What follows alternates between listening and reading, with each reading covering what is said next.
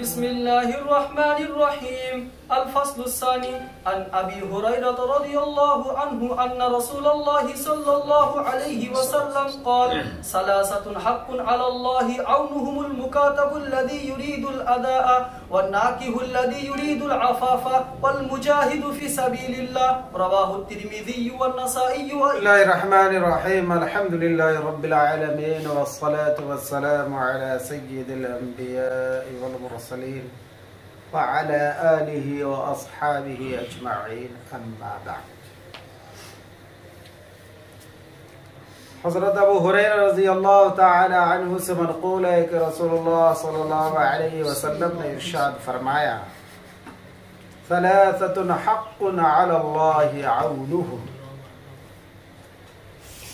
तीन लोगों की मदद करना अल्लाह पर हक है, अल्लाह ने अपने ऊपर लाजिम कर लिया है।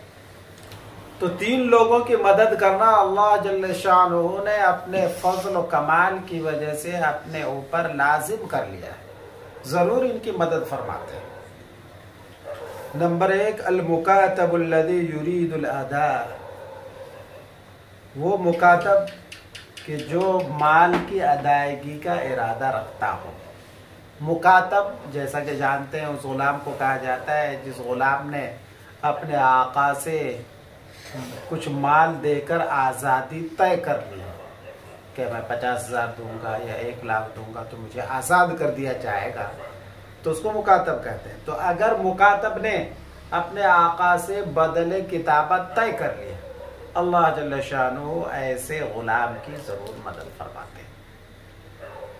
नंबर 2, वो निकाह करने वाला या निकाह का इरादा करने वाला कि जो निकाह के ज़रिए इफ़्फ़त व पाक दामनी की नियत कर रहा है, इरादा कर रहा है।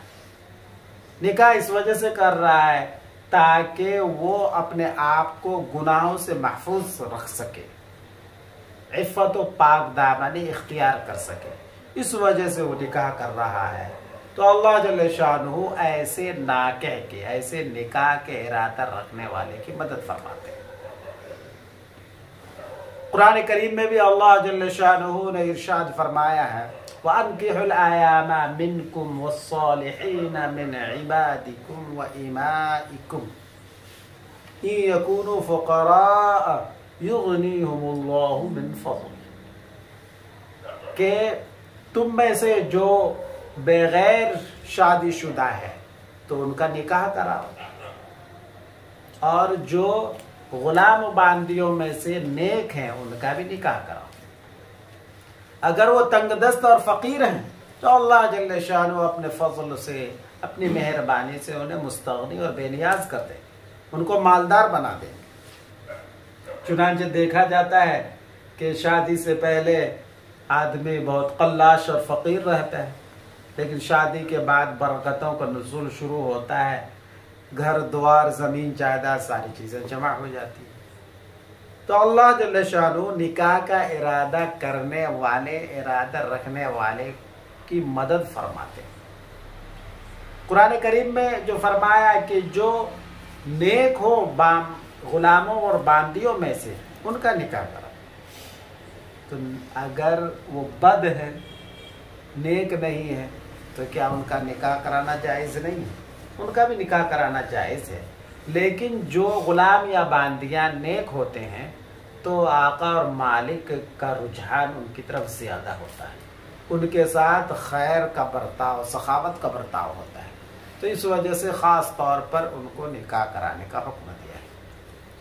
और दूसरी बात ये कही गई है कि यहाँ सालिहीन मिन इबादिकुम व इमाइकुम से मुराद ये है कि जो गुलाम और बांदियाँ निकाह करने की सलाहियत रखते हैं, यानी वो खस्सी वगैरह ना हो, जैसे पुराने ज़माने में गुलामों को खस्सी करने का रिवाज था, तो इस तरह के अगर ना हो तो उनका निकाह कराओ।